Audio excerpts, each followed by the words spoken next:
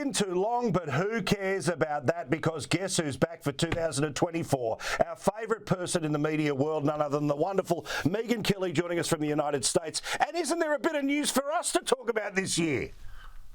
There certainly is. Happy New Year to you, straight from Donald Trump, who's feeling really happy today. Yeah, correct. Now, what about, imagine Trump world, right? So we all know he absolutely smashes it in Iowa, most likely puts to bed any real challenges. He's probably going to end up being the nominee. Then there's a court case today to work out how much he's got to pay a person that he's previously been found to have defamed. And then he goes to New Hampshire later tonight, your time, where people have been queuing since 5 a.m. Talk about the emotions of feeling really loved and really not loved in 24 hours. I don't think Trump ever feels not loved. He doesn't have that gear. You know? I think everybody who runs for president and certainly makes it has a bit of narcissism. Trump is definitely a narcissist, and it works for him. And I don't think if you're a narcissist, you don't think about anybody not loving you. It's why you get so mad when people aren't nice to you or don't see you as amazing as you see yourself. Like, I don't get it. It's like the information isn't flowing the way the circuit breakers have made it, set up to flow. Anyway, it is amazing to see the people standing out in very cold temperatures in New Hampshire just to catch a glimpse of him.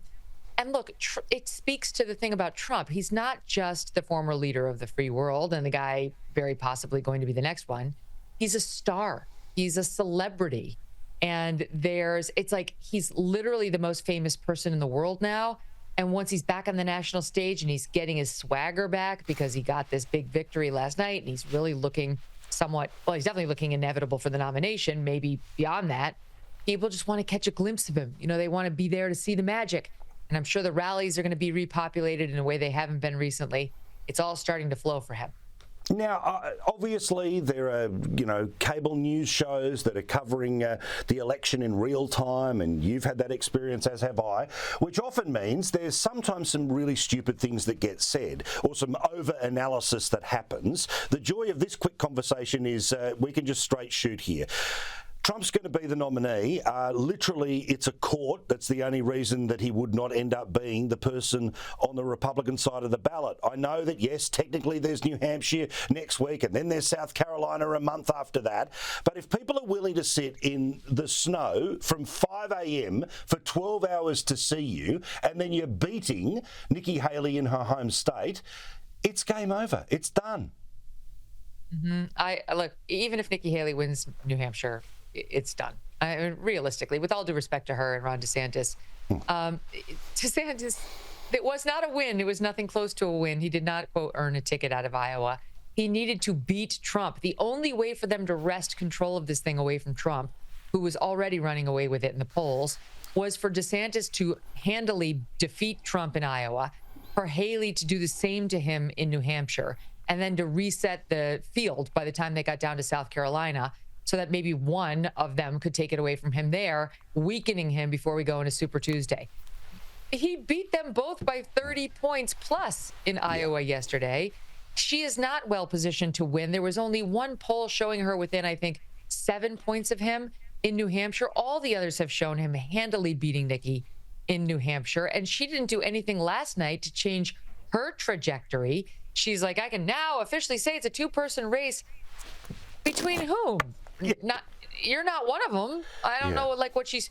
So, look, I respect that they're running, and I don't want to say as a journalist you're done, but as a commentator, it certainly looks to me like they're done, and it's fine to let it play out. We've only got another couple of weeks left of this, but that party needs to get behind Trump as soon as they come to reality and robustly, because it's now in, I think, the country's best interest, but certainly in the Republican Party's best interest, to make sure he is adequately funded to defeat these legal challenges.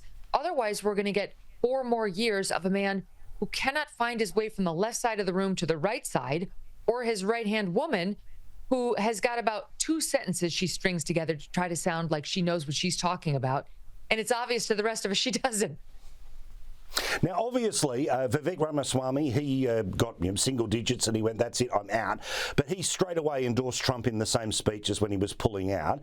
He wasn't sort of waiting a day or two to negotiate a position as the Transport Secretary or any of that garbage. And interestingly, I reckon one of the reasons why we got quiet Trump, charming Trump, as you referred to him on your radio show on Sirius XM today, is because I think that Haley and DeSantis are being offered 24, 48 hour amnesty to quietly fall in behind, or we're going to completely torch how voters feel about them, not just in this election, but in future elections. That's an interesting theory. It could be. And look, they have nothing to lose at this point. They know they're not going to get this nomination. They may be thinking, I want to be second in line just in case he falls apart. But that, too, would require Trump's endorsement.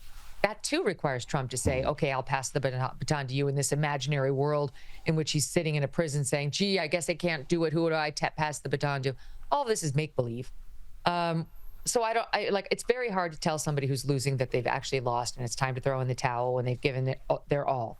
Vivek, he had no chance. I mean, it was over for him a long time ago. This was just a name-building operation for him, and he's done that. He can check his box. He can have a more successful podcast or whatever it is he's looking to do right now.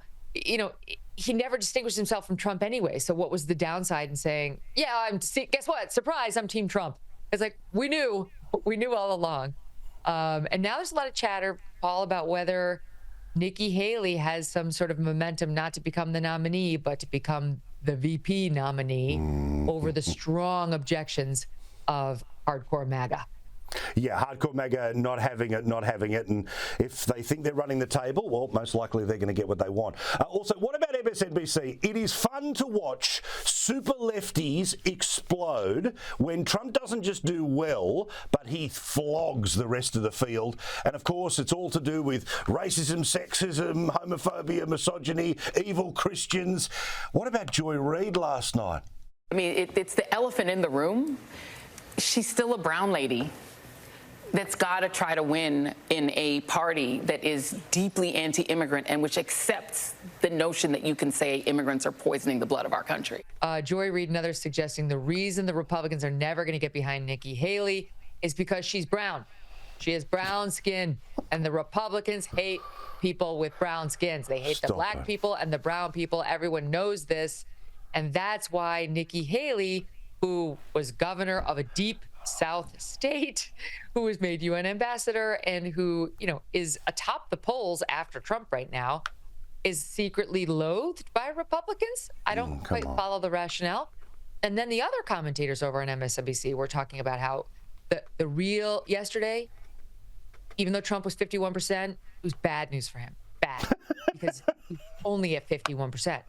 And, the former sitting president only got 51% of the vote. Can you imagine Barack Obama went back in there and ran? He wouldn't get 51% of the vote. Okay, that's Barack Obama. Well, let's talk about reality. Your president right now is Joe Biden.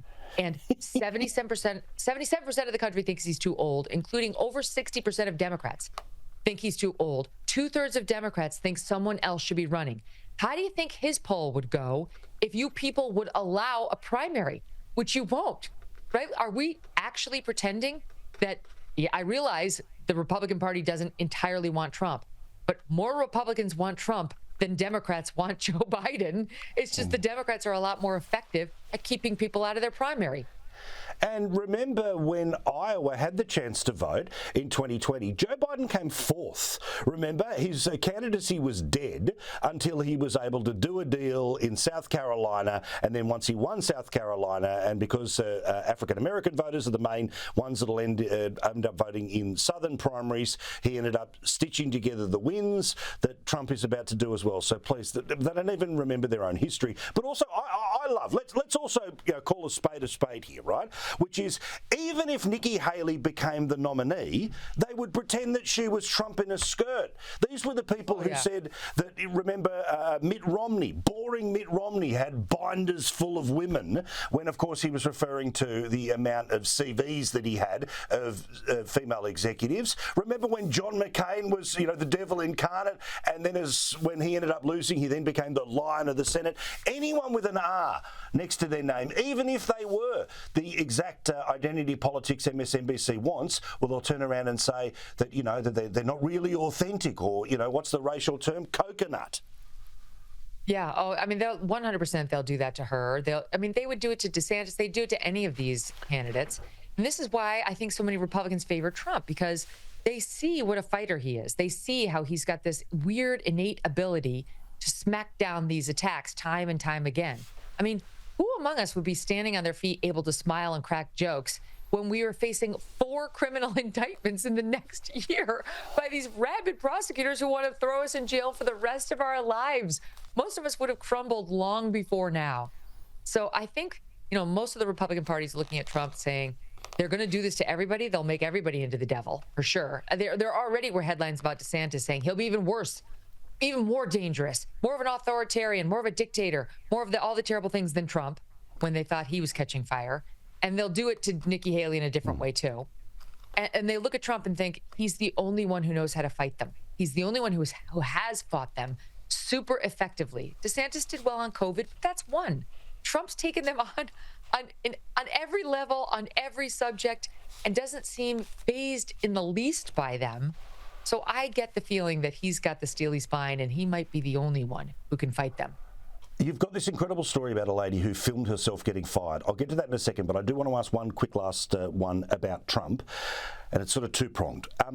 The Supreme Court will hear oral arguments in early February about whether or not states like Colorado and Maine will be able to knock him off the ballot. I know that you've said in the past that you think this thing can be beaten 9-0, that it won't stand up. But isn't this the same in the Supreme Court that constantly says states' rights all the time? Yeah, but this is a matter of constitutional interpretation. So this is well within their purview. I mean, they get the final say on what the 14th Amendment is and means. And I don't think this is a hard one. And I think they'll find some way out of it without getting into whether he committed an insurrection or any of that stuff. They're just going to say, no, it doesn't apply to the executive, or there's several sort of out clauses that they could use to, you know, get out of deciding it on those grounds. And I think they will, and they'll get rid of it quickly. I don't think this is a threat to Trump. And then what about some of these dodgy prosecutors, the ones that either end up getting charged themselves with federal crimes? This is my favorite story of the 2 weeks or 4 weeks now. What is it that we missed each other? My favorite Too story long. popped up. So Fannie Willis is the DA going after Trump in Atlanta, Georgia. And she's one of those prosecutors who's like, you know, it's all about her, you know, like, I'm a good Christian-fearing woman and I'm just doing my business and I'm just about justice and fairness. Well, it may be more complicated than that. Turns out that Fannie Willis is allegedly having an affair with a guy she brought in as special prosecutor. Well, that's not ideal, all right? It's already a little hinky. And that guy happens to have been married up until very recently when they filed for divorce papers, and Fannie Willis is named in the papers and is about to be deposed by that soon-to-be ex-wife's lawyers. Why is that? So Fannie and her special prosecutor she's brought in and paying an exorbitant number have been traveling the world together. And the allegation is it's essentially on the taxpayer's dime, because this guy's getting paid hand over fist to be a special prosecutor, $650,000 in the past year plus alone. Most of the DAs in her office probably make 60, 70 grand a year. He's getting 650 plus. And they went to Napa Valley together. They went to Jamaica together. They went down to Florida together. It's wonderful to be a prosecutor of Donald Trump. It pays big, and you get to be out on a lounge chair with a fun coconut drink. It stinks, and it creates, at a minimum, the appearance of impropriety, and very possibly an actual conflict of interest in which she now has a financial stake in this prosecution continuing, which is totally antithetical to the duties of a prosecutor who's not there to seek convictions.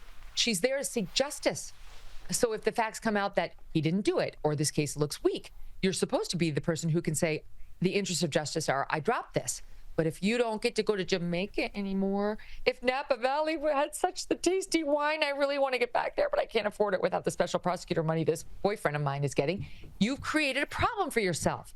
So one of the defendants stumbled upon those divorce papers, which are now under seal, but weren't when she found them. She's filed a motion, and Fannie and the special prosecutor have both been asked about it. Neither one has denied it. Now Fannie's trying to play the victim and say this is all a racist plot. Racist, of course. So and racist. The special prosecutor.